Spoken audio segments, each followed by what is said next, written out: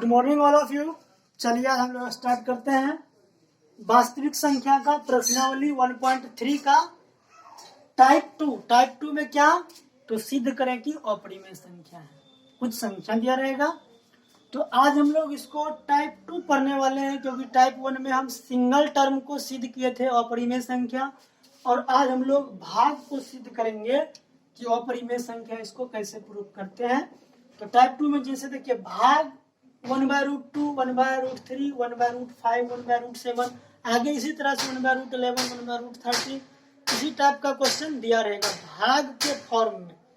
तो उसको हमको सिद्ध करना है कि अपरिमेय संख्या। तो जैसे आज हम आप लोगों को सिद्ध करके बता रहे हैं 1/5 एक अपरिमेय संख्या है। इसमें से हम एक दो क्वेश्चन सॉल्व करेंगे आप लोगों को सीखने के लिए, और आप लोग देखते रहिएगा। भाग विधि को टाइप 2 में क्यों लिया है, इसलिए क्योंकि टाइप 1 और टाइप 2 रिलेटेड है, बस थोड़ा सा डिफरेंट है। तो चलिए आज समझते हैं इसको। पहला पॉइंट क्या बतलाए थे कि जो दिया है उसको मान लेना है कि माना कि परिमेय संख्या है। तो इस बात को लिखेंगे क्या, माना कि 1/√5 एक परिमेय संख्या है। परिमेय संख्या है, मान लिए, प्रूफ स्टार्ट हो गया। ये आपका क्वेश्चन है। इसके जगह पर कुछ भी दे सकता है, लेकिन आपको एक नियम को आप सीख गए तो हर क्वेश्चन को उसी तरह से बनाना है। अगर भाग के फॉर्म में दिया है तब माना कि 1/√5 एक परिमेय संख्या है, इसलिए अब ये जब परिमेय है तो हम इसको क्या लिखेंगे 1/√5 बराबर p/q लिखेंगे। क्लियर? क्योंकि परिमेय है तो परिमेय उसी को कहते हैं जिसको p/q के रूप में लिख सकते हैं। अब तिर्यक गुना कर देंगे तो 1 गुना q हो जाएगा, अब 5 गुना √p तो क्या हो जाएगा 5 p रूट अंदर 5, या लिखिए √5 × p, √5 × p जो लिखना है। तो p रूट अंदर 5 लिख दिए। अब हम क्या बतलाए थे कि आपको किसी तरह से रूट को कटाना है, किसी तरह से रूट को कटाना है। रूट तभी कटेगा जब हम स्क्वायर करेंगे। तो उस बात को हम यहाँ लिखेंगे, क्या लिखेंगे, दोनों तरफ वर्ग करने पर। रूट तभी कटेगा जब हम वर्ग करेंगे, इसीलिए यहाँ लिख दे रहे हैं दोनों तरफ वर्ग करने पर। अब दोनों तरफ वर्ग कर दीजिए, q का स्क्वायर बराबर इधर p रूट अंदर 5 तो इसका स्क्वायर। तो यह देखिए क्या हो जाएगा q² बराबर p को 2 बार गुना करेंगे तो p स्क्वायर, √5 को 2 बार गुना करेंगे तो स्क्वायर से रूट कट जाएगा, क्या बचेगा 5। तो इसलिए हम लिख दे रहे हैं 5p²। क्लियर? अब इसको आप मान लीजिए समीकरण 1। अब फिर वही पॉइंट, इधर संख्या इधर संख्या नहीं है तो हम क्या करेंगे, इससे इसमें भाग देंगे। तो क्या लिखेंगे, इस बात को यहाँ लिख देते हैं कि q² 5 से विभाज्य है, 5 से विभाज्य है। अब जब स्क्वायर 5 से कट रहा है तो निश्चित रूप से वो संख्या भी 5 से कटेगा, इसलिए q भी 5 से विभाज्य होगा। क्लियर? उम्मीद है कि आप लोग समझ रहे हैं। कुछ नहीं है, ये पार्ट 1 में टाइप 1 में जो हम समझाए आप लोगों को क्वेश्चन, उसी तरीका से इसको सॉल्व कर रहे हैं। इसीलिए टाइप 1 उसको बनाया है, इसको टाइप 2 बनाया है। तो इस बात को लिख दिए। अब अगला पॉइंट हम क्या बतलाए थे, इधर संख्या है और इधर संख्या नहीं है। तो जिधर संख्या नहीं है उसके बराबर में कुछ मानना है। तो कुछ में क्या मानना है, संख्या यही रहेगा, बस चर राशि बदल देना है। तो चलिए क्या करते हैं, मान लेते हैं, माना कि संख्या यहाँ क्या है 5, तो q बराबर इसके बराबर मानना है। क्यों? क्योंकि इधर संख्या नहीं है। तो q बराबर 5 है तो 5 लिख दिए। यहाँ ABCD का कोई भी लेटर ले लीजिए, बस PQ को छोड़ के, क्योंकि PQ इस प्रश्न में आ गया है। तो मान लीजिए मेरा मन किया y लेने का, दम ले लिया y। तो माना कि q बराबर 5y। अब इस मान को आपको समीकरण 1 में रखना है।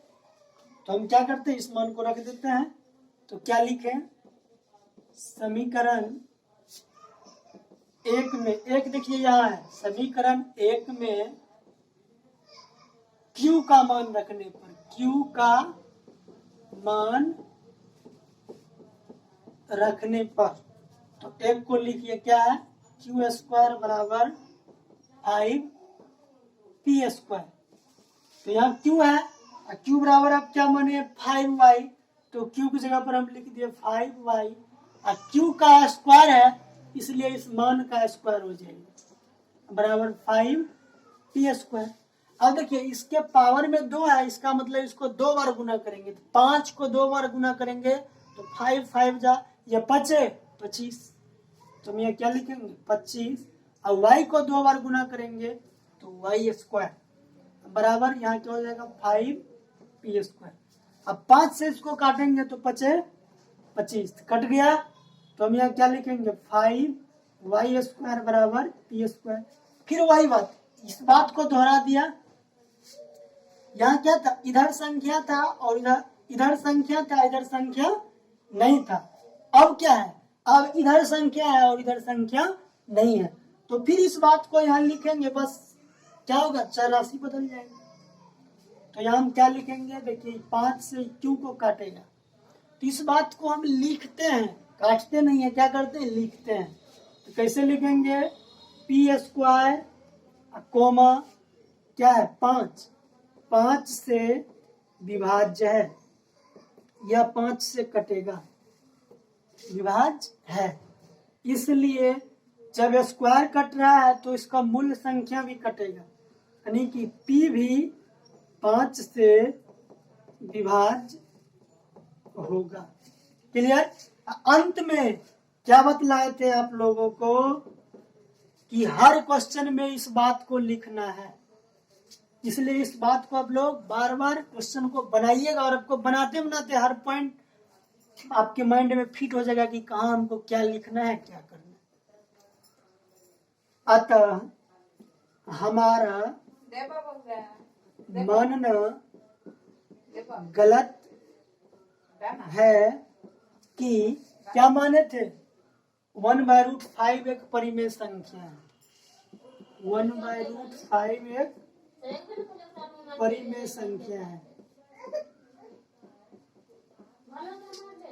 इसलिए 1/√5 एक अपरिमेय संख्या है, अपरिमेय संख्या है।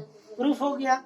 इस बात को हम लोग हर क्वेश्चन में दोहराएंगे, चाहे किसी टाइप का हो, 4 टाइप से बोले हैं कि 4 टाइप पढ़ाएंगे, चारों में से किसी भी टाइप को बनाएंगे तो अंत में इस लाइन को हमको दोहराना पड़ेगा, नहीं लिखना पड़ेगा। तो उम्मीद है कि आप लोगों को ये क्वेश्चन समझ में आ गया होगा। बस आप लोग इसको लिखिए, फिर हम नेक्स्ट क्वेश्चन की बात करते हैं। चलिए आप लोग वीडियो को रोक करके लिख लीजिएगा, फिर हम आगे बढ़ते हैं। दूसरा क्वेश्चन आप लोगों को बताने का क्वेश्चन ध्यान से समझिए, इसके जगह पर कुछ भी हो, अगर भाग के रूप में क्वेश्चन दिया है तो उसको हम इसी तरीका से बनाएंगे। इसमें 4 टाइप होता है, क्या, सिंगल टर्म पहला टाइप में बता दिए हैं, भाग के रूप में दूसरा टाइप हो गया, तीसरा टाइप या तो जोड़ या तो घटा, चौथा टाइप गुना के रूप में। तो हम अभी तक आपको दूसरा टाइप बता रहे हैं, इसके लिए हम 4 वीडियो बनाएंगे। पार्ट 1 में सिंगल टर्म, पार्ट 2 में भाग का टर्म लिए हैं, भाग का फॉर्म लिए हैं, और पार्ट 3 में गुना फॉर्म बताएंगे, पार्ट 4 में जोड़ या घटा फॉर्म बताएंगे। तो चलिए हम आगे देखते हैं।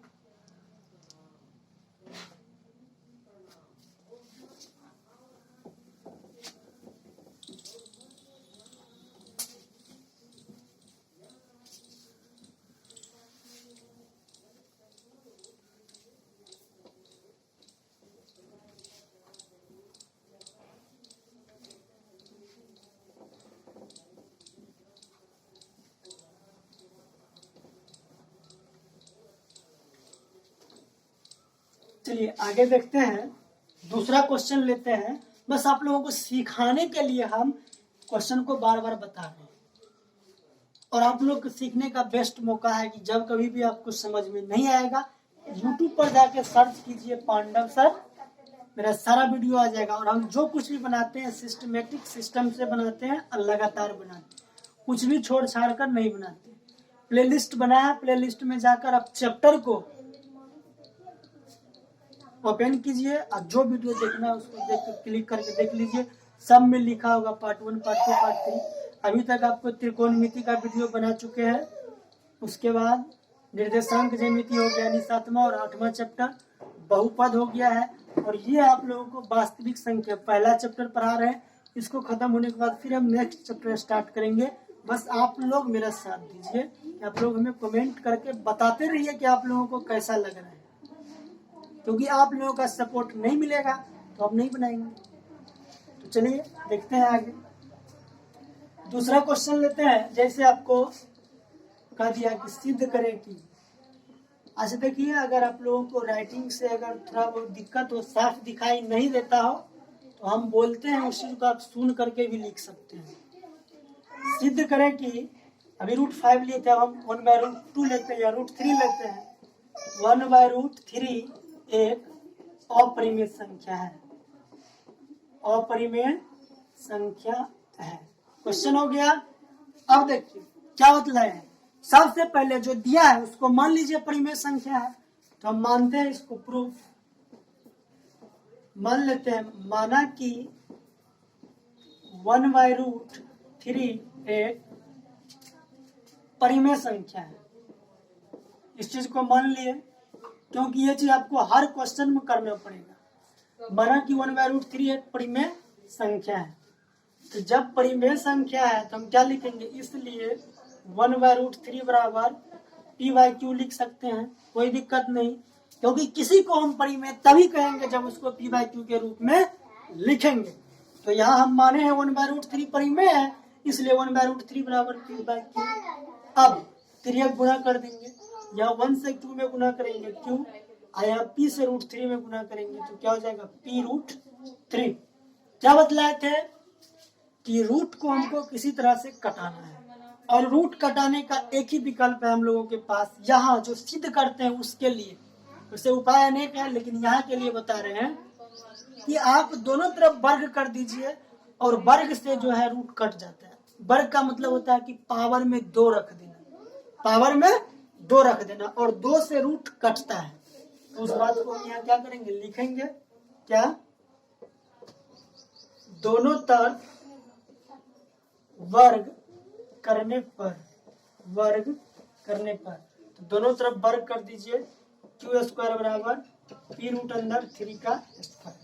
अब यहाँ देखिए q² हो गया, यहाँ p को 2 बार गुना करेंगे p² हो जाएगा, और √3 को 2 बार गुना करेंगे तो स्क्वायर से रूट कट जाएगा। लेकिन आप लोगों को काटना नहीं है, हम समझा रहे हैं, यहाँ जो है आप लोगों को काटना नहीं है। अब यहाँ देखिए √3 को 2 बार गुना करेंगे तो क्या हो जाएगा, 3 हो जाएगा।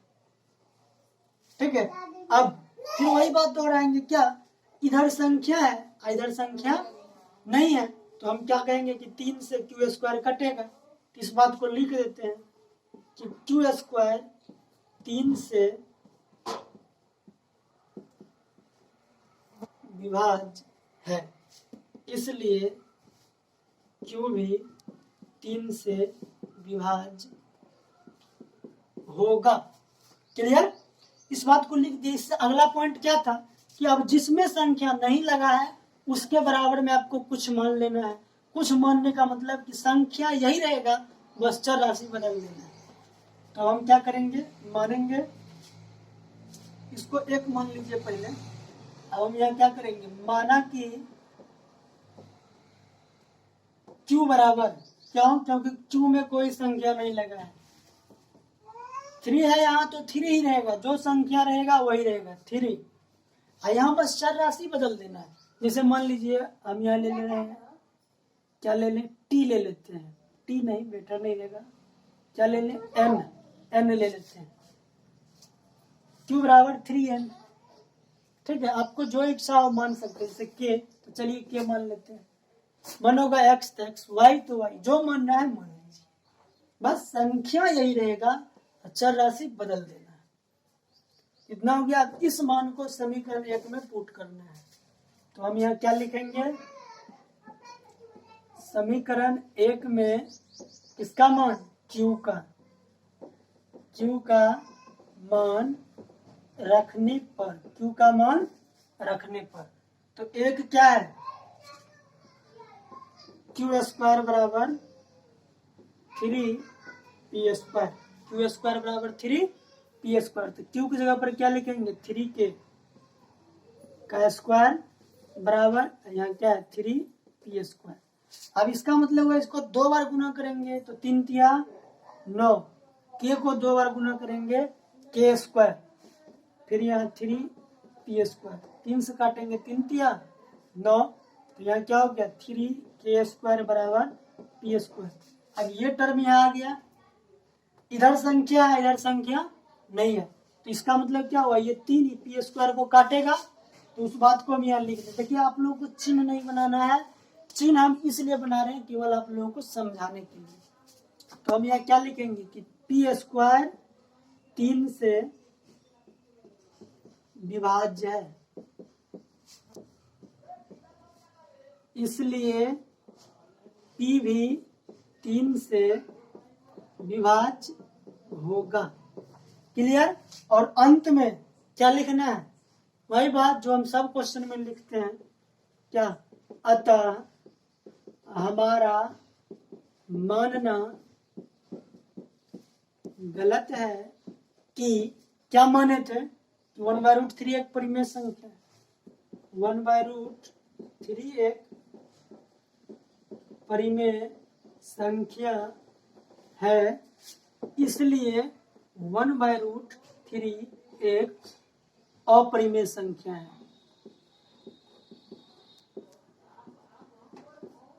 प्रूव्ड हो गया। उम्मीद है कि आप लोगों को अच्छे तरीका से समझ में आ गया होगा। यदि आप लोग समझ गए तो अभी कमेंट करके बताइए कि आप लोगों को हमारा समझाने का तरीका कैसा लगा, क्योंकि आपके सपोर्ट से ही हम फिर आगे चैप्टर का या आगे टॉपिक को हम क्या करेंगे? वीडियो बनाकर अपलोड करेंगे। इसलिए कर आप लोग हमें सपोर्ट कीजिए और हम आप लोगों के लिए हर चैप्टर का video type wise, topic wise, जैसे आप लोगों को बेहतर लगेगा उस तरीका से बनाकर देंगे। किसी भी चीज को समझने में आपको दिक्कत नहीं होना चाहिए। एनसीईआरटी बुक के हर एक क्वेश्चन को सॉल्व करके आप लोगों तक पहुंचाना है हमें, चाहे वो किसी भी बुक का हो। क्वेश्चन यदि आपसे नहीं बनता है आप लोग हमें कमेंट करके पूछ सकते हैं, लेकिन हम जो यहाँ पढ़ा रहे हैं आप लोगों को सिलेबस के अनुसार पढ़ा रहे हैं और थ्योरी इस अनुसार से पढ़ा रहे हैं कि आप किसी भी बुक के क्वेश्चन को सॉल्व कर सकते हैं, चाहे वो केसी सिन्हा हो, मतलब स्टूडेंट फ्रेंड्स, चाहे वो एनसीईआरटी हो, चाहे आलोक भारती हो, चाहे भारती भवन हो, किसी भी प्रकाशन का बुक उठाइए और मेरा किसी भी चैप्टर का वीडियो देखिए शुरू से अंत तक और आपसे क्वेश्चन बन जाएगा, चाहे किसी भी प्रकाशन का बुक हो। क्योंकि हम आप लोगों को जो थ्योरी पढ़ाते हैं तो थ्योरी इस अनुसार से पढ़ाते हैं कि आपसे किसी भी बुक का क्वेश्चन नहीं फंसना चाहिए, और 1-2 क्वेश्चन आप लोगों को करके सिखा देते हैं, इसलिए कि आप लोग सीखिए, समझिए और इसको समझ के प्रैक्टिस कीजिए। अच्छा, एक बात और विद्यार्थी कहेगा कि भुला जाते हैं, अब आपके पास ऑप्शन है कि अगर आपको कोई चीज भूल जाते हैं या समझ में नहीं आता है तो यूट्यूब पर जाकर सर्च कीजिए पांडव सर, प्लेलिस्ट में जाइए, प्लेलिस्ट में जिस चैप्टर को आपको पढ़ना है उस चैप्टर को ओपन कीजिए, जिस टॉपिक को पढ़ना है उस टॉपिक को ओपन करके आप लोग सीखिए और समझिए। क्योंकि वीडियो हम इसी अनुसार से बना रहे हैं, हर चैप्टर का हर टॉपिक वाइज एक टॉपिक का एक वीडियो अपलोड कर रहे हैं। किसी वीडियो में हम 2-3 टॉपिक को नहीं बना रहे हैं ताकि आप लोगों को ऐसा ना हो कि देखने एक टॉपिक को देखने के चक्कर में आपको 1 घंटा वीडियो देखना पड़े। इस अनुसार से हम वीडियो नहीं बना रहे। आपको जिस टॉपिक की जरूरत है आप उसी टॉपिक का वीडियो ओपन करके प्ले करके देखिए, समझिए, सीखिए। आप लोगों को कैसा लग रहा है हमें कमेंट करके बताइए।